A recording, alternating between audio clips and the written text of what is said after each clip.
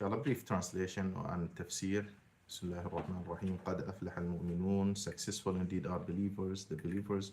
الذين هم في صلاتهم خاشعون. Those who humble themselves in prayer. والذين هم عن اللغو معرضون. Those who avoid idle talk. والذين هم للزكاة زكاة فاعلون. Those who pay alms tax, the zakat. والذين هم لفروجهم حافظون. Those who guard their chastity, their private parts. إلا على أزواجهم أو ما ملكت أيمانهم فإنهم غير ملومين, except with their wives or those bondwomen in their possession, for then they are free from blame. فمن ابتغى وراء ذلك فأولئك هم العادون. But whoever seeks beyond that are the transgressors. والذين هم لأماناتهم وعهدهم راعون. The believers are also those who are true to their trusts and covenants, their promises. والذين هم على صلواتهم يحافظون. Salah is mentioned a second time. And those who are properly observant of their prayers. أولئك هم الوارثون. These are the ones who will be awarded what? الذين يرثون الفردوس هم فيها خالدون. Paradise as their own. They will be there forever. Okay. So this is an idea about the believers. And a little bit of discussion and some of the meanings. Bismillah. قد أفلح المؤمنون. Successful indeed are the believers. Okay, what do you think? The translation makes it easy. So you're not a mufassir, but you can kind of, Quran, Allah is communicating with everyone. So what do you understand? Would you like to elaborate? Give us, expand it a little bit. What ideas come to your mind when you read successful indeed are the believers? So successfulness is not from wealth or like from power. I think being successful is you experience it from spirituality. Okay. Do you agree? There are different types of success, right? People have different standards of success. Here emphasizing on one success and saying it is indeed or certainly the believers are the success, right? What people have, what success in people's life? People consider what? You mentioned wealth, right? What else? Huh? Cars. Cars, achievement cars. Huh? That's the same as wealth. American dreams, yeah. When they say like he's successful or she's successful in her life, what usually comes to the mind of people? Wealth usually, cars. What else? Reputation. Reputations. Power. More cars. More cars. That's true. That day, like there is one in California. He's a famous writer. I forgot his name. And he has all of these antique old cars and millions, and he has them. And the king of Jordan, he gifted him 2 old military tanks. So they were imported by like a plane. They carried them in the planes and they gave them to him, to add to his collection.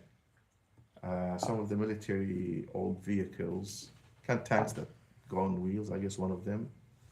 So yeah, this is success for some people. He has that unique collection. What else? What about marriage? Nobody mentioned marriage. Marrying the best one.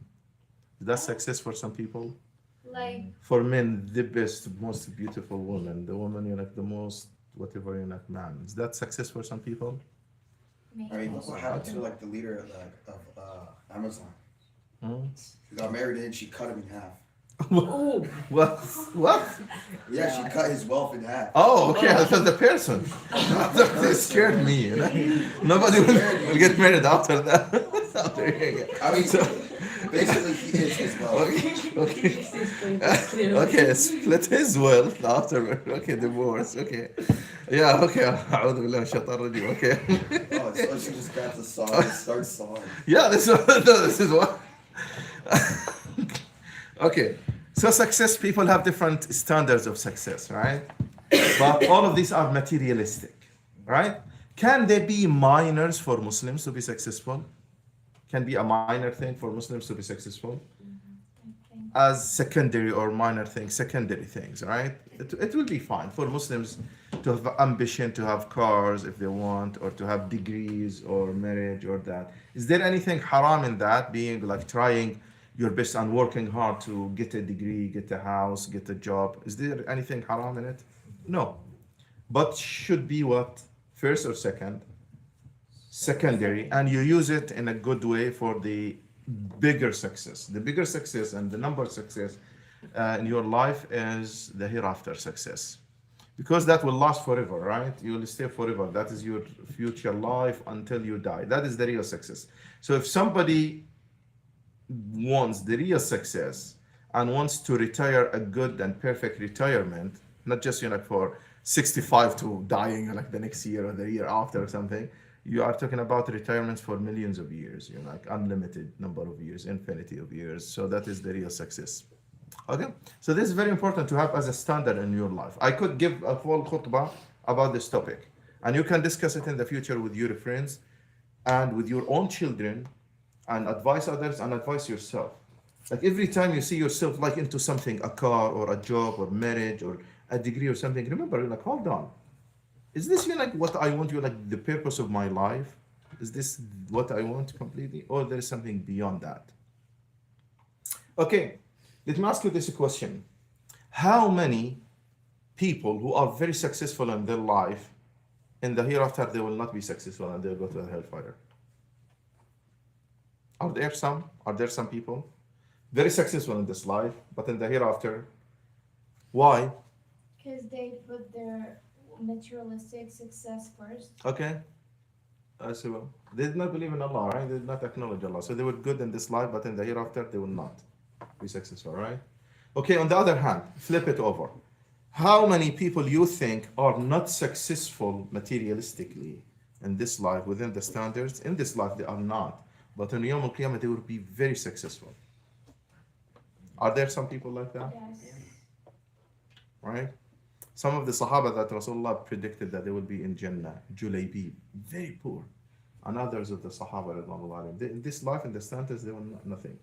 Even Rasulullah sallallahu alaihi wasallam, it talks about some people in this life, people would not even look at them as something. Perhaps somebody who's wearing humble clothing, shaggy hair, أشعث أغبر, dusty hair, مدفوع بالأبواب. Doors are shut in his face. Doors shut in his face. لو أقسم على الله لأبره. If he takes an oath on Allah, Allah will fulfill his oath for him. So is this person successful? Now people close doors in his face, they're not welcoming him. But Allah subhanahu wa ta'ala is welcoming his dua, and when he goes to Jannah, he will be. So this is one of the ayat in the Quran about success. When you read the Quran, look about success. Next. Okay, believers who are successful. How to be among that group that is successful. Number one, to get a degree. Number two, to have a house, to have good connection, to get a good career, right? To be successful? No. Look here. Number one, those who humble themselves in a prayer. الذين في صلاتهم خاشعون خشوع. الصلاة ذات الخشوع والخضوع. خشوع and خضوع. This is number one. Okay, would you like to talk about that? What do you think? الذين في صلاتهم خاشعون. How that leads to success. Usually in this dunya, you need wealth to inherit wealth to start your business or something, right? Or to marry someone who's wealth, or to get a degree, right? Or to have certain skill, usually in this dunya. Here it tells you salah. So what does that have to do with success, salah? I've seen my little cousins. They would when they would pray, they would just be in a hurry and they would be like, "We have to complete this." They would do it as a chore, as a duty, not with khushu. You feel it and then you talk to Allah, right? And I think that's what it is saying. So there is a condition on salah, you mean, right? Yeah, Here is not just salah. Those who do salah, they do salah with khushu. They humble themselves with focus. This is the salah that will lead to success. So there is another salah that is quick, but maybe the impact will not be great, right? While this is the salah that has an impact on the person. Salawat time, are they big? In our 24 hours. If you squeeze the salawat and put them together, are they big in number and in time? No, right? You can do salah like 3 minutes. Somebody's quick. I don't expect somebody to do it in 60 seconds, you know. But 3 minutes maybe to 7 minutes or 5 minutes. Usual Maghrib time takes like around 7 minutes. Dhuhr, usually people going to go to work. Usually I do it in 6-7 minutes here in the masjid. Right? It's not taking anything. Right? Jum'ah is the longest, which is usually I try to make it like in half an hour or less. This is Jum'ah. So the whole day you can put all of the salawat less than maybe half an hour. Compare that to the hours that we spend studying at work, etc. So the time of the salawat, maybe we should pay more attention, khushu', focus, so it will help us to be successful. Okay, does salah increase your iman and spirituality or not? Yes. The Is this the main purpose of salah? Yeah. Connect you more with Allah and increase your level of iman. So it should be better always. Take you out of this dunya and materialistic standards and connect you more spiritually with Allah. So all of the ibadat, the purpose of the ibadat to make you tazkiyah, to purify your hearts. This is the purpose of ibadat. You show your submission to Allah, but the purpose then, what's that impacting you like me? Go to dinner, okay, how? When your spirituality increases. Salah, khashi'un.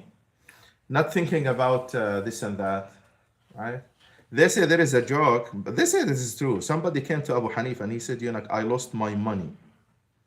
And I don't know where I put them. I buried them or I put them somewhere. I did not. And Abu Hanifa said, go ahead and pray 2 rak'ah. And he prayed 2 rak'ah and he discovered where the money are. Why? Oh, Casey is able to The moment you start your salah, what will happen?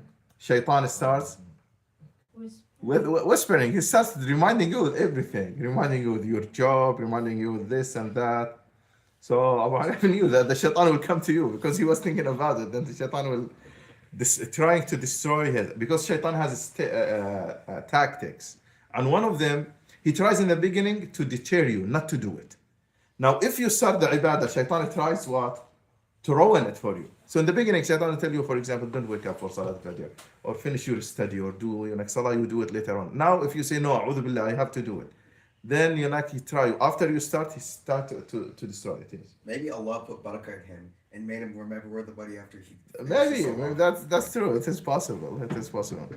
Okay, there is a joke actually. They say somebody, an imam, offered salat al-dhuhr, salat al-asr, and after he made salam, one person behind him, he said, Sheikh, you prayed 3 rak'ah only instead of 4. And the Sheikh said, what? I prayed 4, right? And he asked people behind him. And everyone said, yes, you prayed 4. Except that man. He said, no, you prayed 3. And the Imam said, all of us wrong. And you are the only one who says, 3. And he says, yes. He said, how did you know? He said, I'm certain. He said, okay, Sheikh, every time you start, your salah, I have 4 stores. And I do the inventory and I think about, what to bring and what to sell in each rak'ah.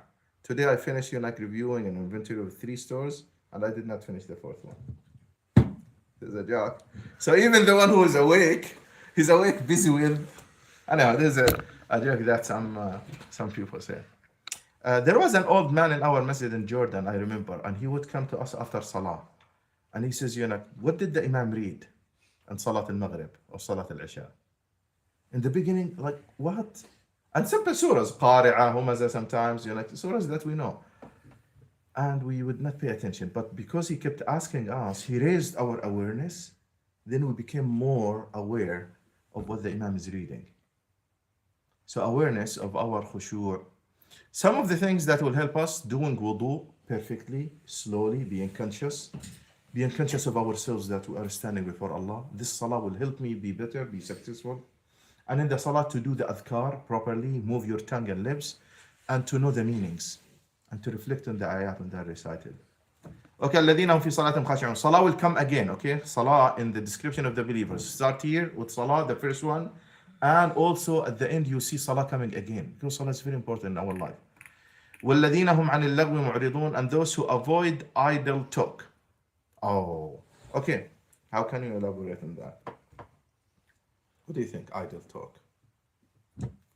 Anyone else? You can talk. In the old days, idle talks, and today's idle talk. Like useless speech type. Mhm. Is it? Like? Um, Anyone? Gossiping. Help him? Gossiping? Yeah. This in the old days, they used to say gossiping and backbiting. And okay, is that still related to our daily life still? I think it has been more strong these days. Social media nowadays, spreading more gossiping and backbiting. What else? Is one of the things. One time, one of the imams in America had a problem, and it was a rumor, I guess. But the number of Muslims who went to watch the one who's accusing the imam, like in thousands, right? We should not be like that, right? As Muslims, we should not be looking for things and gossip and circulate and forward. Okay, what else? Idle talk. What about just useless things on the internet? Do you think that they are idle talk, idle things, useless things? Is that possible? Is that possible? Watching stuff and listening to stuff that are not, from music to useless stuff. Will that have an impact on your salah or not? Is this third ayah connected to the second ayah or not? Are they connected, do you think? So if someone has a lot of idle talk, then that will destroy his khushu' or her khushu'. Do you think, Abdullah, that it is possible? That someone who is always involved. So why Allah mentions this, number two, after salah. So first quality is salah khushu'. Number two, avoiding idle talk. Number three is about zakah. So you're talking about salah and zakah. They are what? What about salah and zakah? They are Close. pillars of Islam, right? Pillars of Islam. Then he puts between them after salah idle talk. So there must be a wisdom. Will idle talk affect the khushu' of people? So as if this is a message that if you want to achieve khushu', which is a question that multiple people ask me, Sheikh, how to achieve khushu'? And one of them, just avoid idle talk, looking at haram, listening to haram, or things that are useless, wasting your time. So that will help you. Like like gossiping. If you're gossiping about people, like it creates like people get like separated. Like it creates hate. That's And, true. like Islam is like all about love and care. That's true. Much of the troubles that take place in Muslim communities, destroying families, hatred among people came from gossiping. If people avoided it, you would have saved many families, many people from falling in troubles. So avoiding the idle talk. Okay, وَالَّذِينَ هُمْ لِلزَّكَاةِ فَاعِلُونَ, and those who pay zakah. Do you pay zakah now? Do you pay zakah? Anyone pays zakah now? Okay, but they know the right of Allah in their body, doing salah, and in their zakah. So in the future, when you have the wealth and you have extra that you are investing and you are not using, then in that case, you pay your zakah. But the door of charity is big, right? You can do charity even if you are poor. It's not obligatory, but it's recommended that you do charity even if somebody is poor. You give. But when you reach the threshold of zakah, 3 ounces of gold, then you pay zakah on that. Like you can pay zakat anytime, or is it a Charity, it will be sadaqah. It will be sadaqah. Optional sadaqah, it will be. Until you reach the threshold and 1 year There passes. is one that is that you can give once. You have to give once a year. What is zakah? It is Is it- zakah. But there are conditions. Number one, you should be wealthy, more than 3 ounces of gold, and a whole year passes over without taking any of that money. So always above the threshold. There is a line above the nisab. And nisab, 2 pillars for zakah. Nisab, ulugh nisab, reaching that threshold or line and above. And number 2, our whole year. Lunar calendar. So many people, because this is shorter 10 days than Gregorian calendar. وَالَّذِينَ هُمْ لِفُرُوجِهِمْ حَافِظُونَ, and those who guard their chastity, but we have exception, except with their wives and مَلَكَتْ أَيْمَانُكُمْ, which is bondswoman in their possession in the old days. We don't have that, so it is now just wives. For then they are free from blame. So this is allowed. But whoever seeks beyond that are transgressors. What Do you? I don't know what that word means. Which one? This one? Transgressors. Transgressors, they are zalim. They are zalim. They are doing something wrong. They are wrongdoers. They are going beyond what is allowed. Transgress, the one Like who. in every way of life. No, we're talking about the private parts. If somebody goes, seeks with his private parts anything beyond what is allowed Islamically with the spouse, then that is transgressing, that this is wrong. And he's going beyond what Allah allows him to do. Okay, so back. So the description of the believers is they have that chastity, protecting their private parts. Only two cases to be seen: spouse in a legitimate way. Number two, if there is a medical reason. And in the Quran, this is highly mentioned in different ways. One of them, can you mention some examples about those who protected their chastity in the Quran? Yusuf alayhi salam. Yusuf alayhi salam with Imrat al-Aziz, the one who wanted him, and she closed the doors. And the second example that is highlighted in the Quran for us, more than one place. And Maryam, ibn Imran, التي أحصنت فرجها, she protected her private part. So these are role models.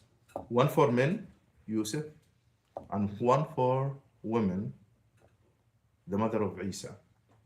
Alayhi salam, she protected herself, was righteous,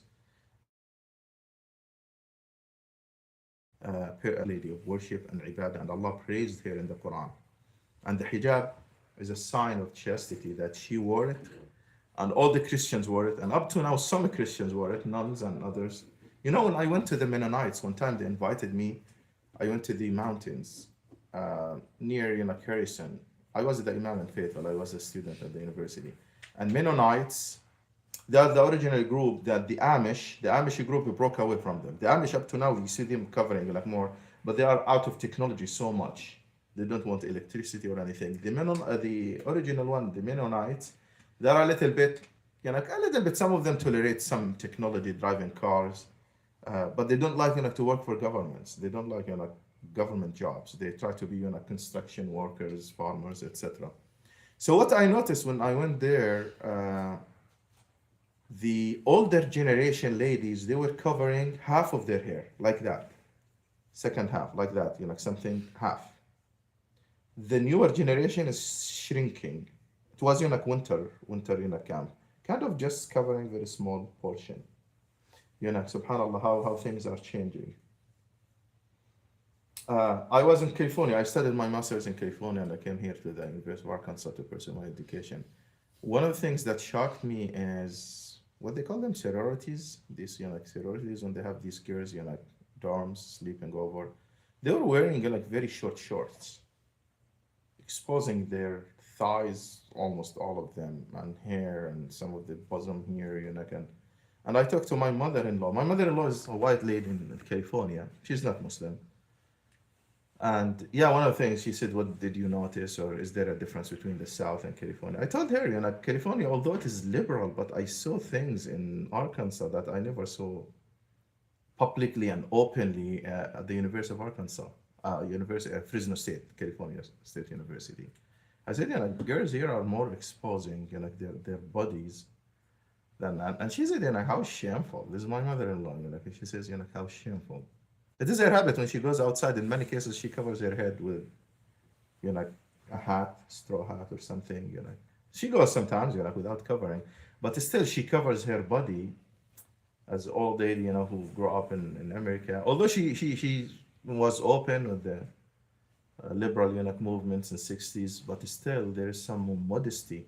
One of the activities for you guys, go to a museum, any museum that cares about dress of people from the age of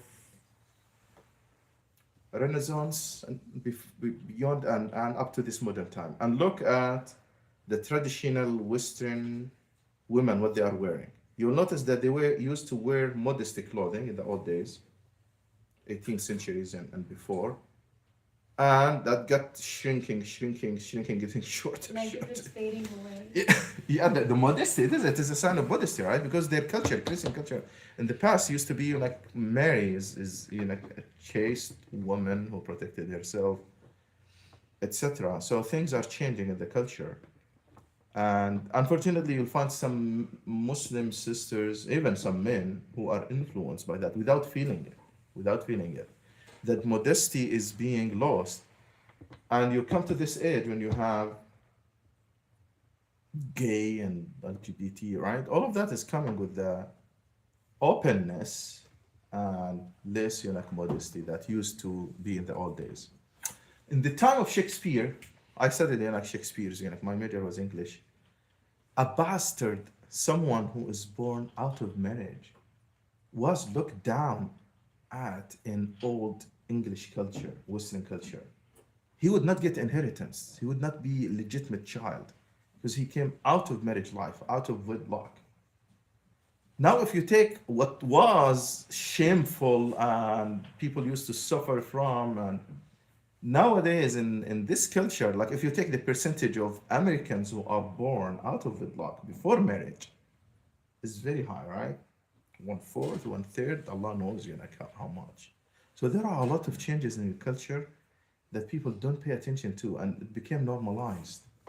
So here in the Quran, Allah subhanahu wa ta'ala for a purpose mentions these things, that to protect our private parts and not to expose them except in a legitimate way. And this is one of the things why always I talk to youth and say, get married.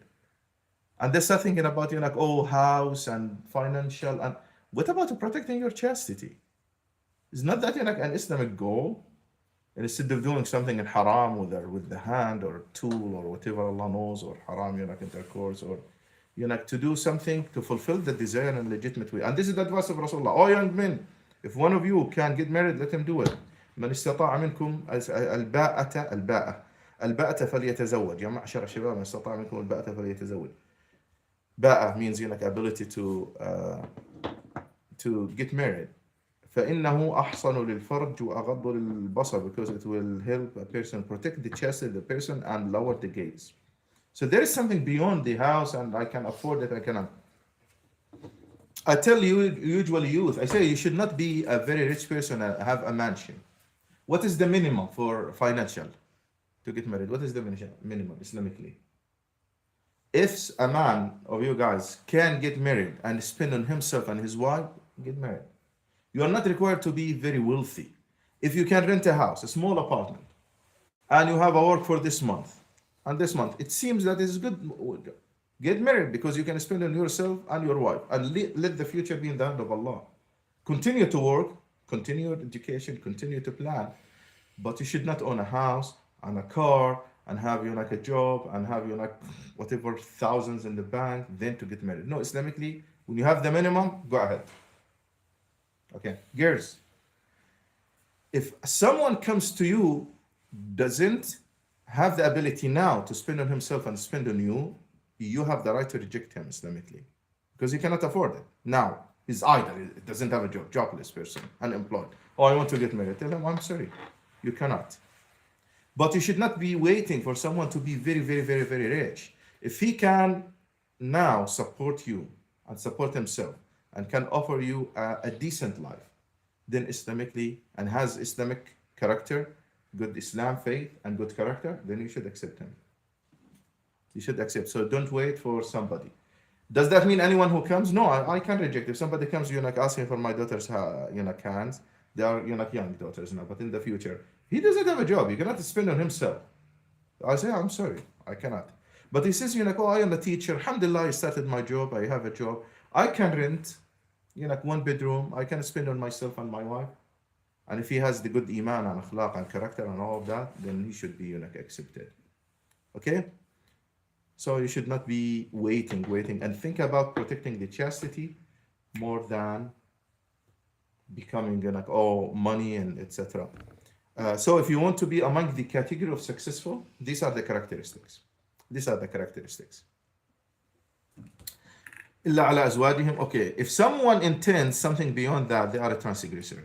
Now there are ways, right? Pornography is one of them. Masturbation and others, all of these things,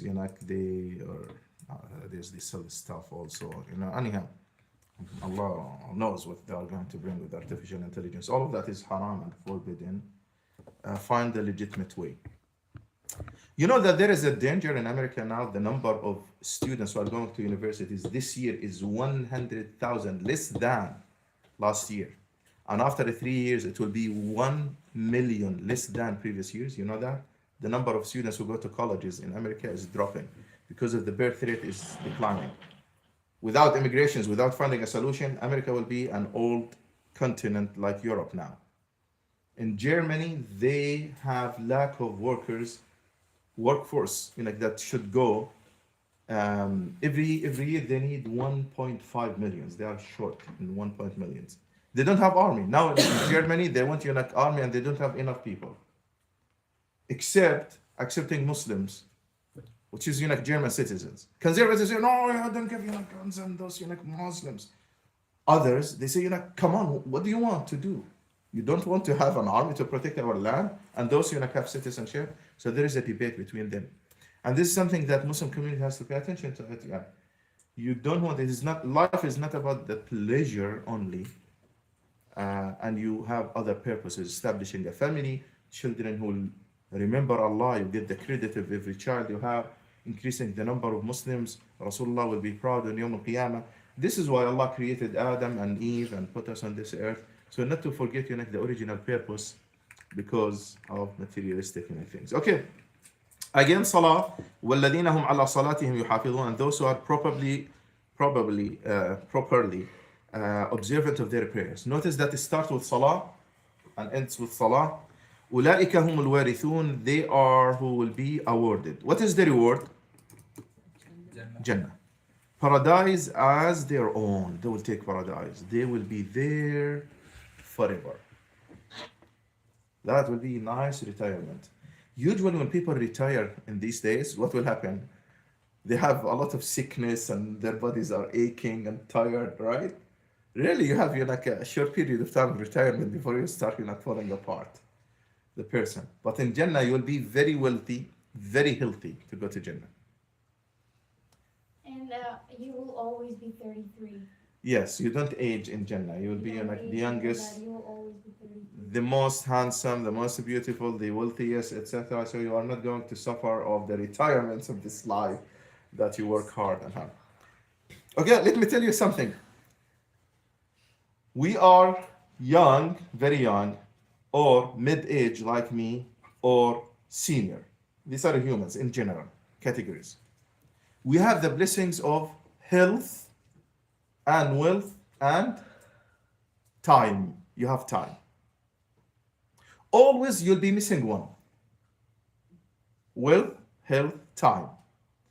A young kid, what he has? He has two and he's missing one. A young kid, including you, understand. What you have, and you are missing something. What you have? Health and time. You have health and you have time. What you are missing now? Money. Money. When you come to my age, what I have? Money. Yeah. I have some money because I'm working and health. Still I'm functioning, alhamdulillah. You don't have to. But I don't have time. Right? I'm busy. Okay, when you get older and you retire, what two things you will have and what one you will miss? Time and You'll have time and you'll have wealth because you retired and but you don't have health. Is this life Jannah for you? You want everything to achieve? You'll never achieve everything. Even in marriage, when you get married, if you think that you're married from the beginning to the very end is like in Jannah, it will not work. Always you have ups and downs in life. You have something, but you'll miss something. Always you'll miss something in this life. One time I built a small apartment in Jordan, and I want the design of the bathroom in a certain way. One of the ways, when you open the door, the toilet should not be in your face, okay? I said, put them on this side, that's that. The plumber, he did not do it, and he did not do something else. And I blamed him. I said, I told you, and I can emphasize on this, don't make, open the door and you'll find, the toilet. He said something. He's a good friend and a nice person. He said, this is life. You never get everything you want in the same, right? Although it is wrong from his side, but, I reflected deeply, that everything, else in general, looks good to me in the apartment, but always there is something, missing. You know what is the mistake of people and what makes them very unhappy? They focus on what they are missing and they forget, the whole apartment. This is what it brings you, like the worst scenario. He's focused on something bad and forgets all of the ni'am, the blessings that they have in their marriage life, in their friends, even at home. Think about yourself. What pissed you off? Something very tiny, but think about the blessings that your family is offering and Allah is blessing. Something else. Okay, so this is Jannah, inshallah. You'll have time, you'll have health, and you'll have wealth. You cannot achieve that in this life at all. If you think, last thing, if you think that you are busy today, guys, wait until you get older, like me. You'll see. What does it mean you're not to be busy? Wallah, you have a lot of time. And I wish people, alhamdulillah, I made use in my time, in my age, I guess better than others, but I could have squeezed more time and benefited more. I think I can. So please make use of your time, wallah. Put a schedule, time management. If there are courses in colleges, in high schools about time management, take them. If you are working, an employee, and they offer you like time management thing, take it. And another course that I recommend, if they give you any course about speed reading, to read it quickly, take it. These courses, I advise you. I advise my sons, my kids to take it. Take these courses. Very beneficial to you in your life. Time management. So if you tell me you are busy, and maybe some youth did not come today because they are busy, maybe you think that in the future you cannot attend the class here or this session with us because you are busy. Wait until you get older and you see what does it mean you're not busy. I have a list, wallahi, and my wife prepared for me another list. I left Walmart, I worked for 1 year and a half. Now, I have a list that if I have to fulfill for my wife, maybe I spend, maybe months, if not years. But always I try to keep the balance. Here on time, masjid, myself, kids, family, like many things. I feel always behind. And when you get in my age, you feel that always. So make use of your time. Now you are in a blessing, wallah. You have the time and you have the help. Okay, let us stop here. May Allah make us among the people of Jannah. Some of the description. And let us move to something else. But let us have a game before we go to your